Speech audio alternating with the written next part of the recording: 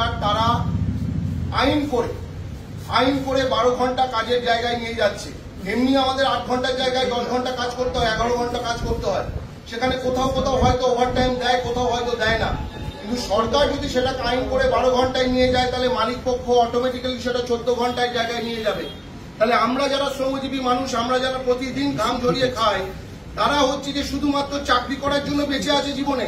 সকালবেলা ঘুম থেকে উঠে চাকরি করতে চলে আসবে, চাকরি করে বাড়ি যাবে, খাবে, তবে ঘুমোবে, আবার পরের দিন চাকরি করে চলে আসবে। তাদের জীবনে কোনো বিরাম নেই, বিশ্রাম নেই, কোনো আনন্দ নেই। আমাদের অনেককেই দেখেছি হয়তো নবমীর দিন পর্যন্ত দোকান খোলা রাখতে হয়। তো সে জায়গায় যে আমরা যে শ্রমিকরা প্রতিদিন যেটা আমরা মালিক পক্ষের দ্বারা শোষিত হচ্ছি, তার বিরুদ্ধে আমাদেরও বাঁচবার অধিকার আছে। শুধু মালিক একা মজা করবে, আনন্দ করবে, অথচ শ্রমিকরা কিছু করতে পারবে না। তাদের পরিবার নেই, তাদের বউ বাচ্চা নেই, তাদের সামাজিকতা নেই, তারা কোথাও যেতে পারবে না।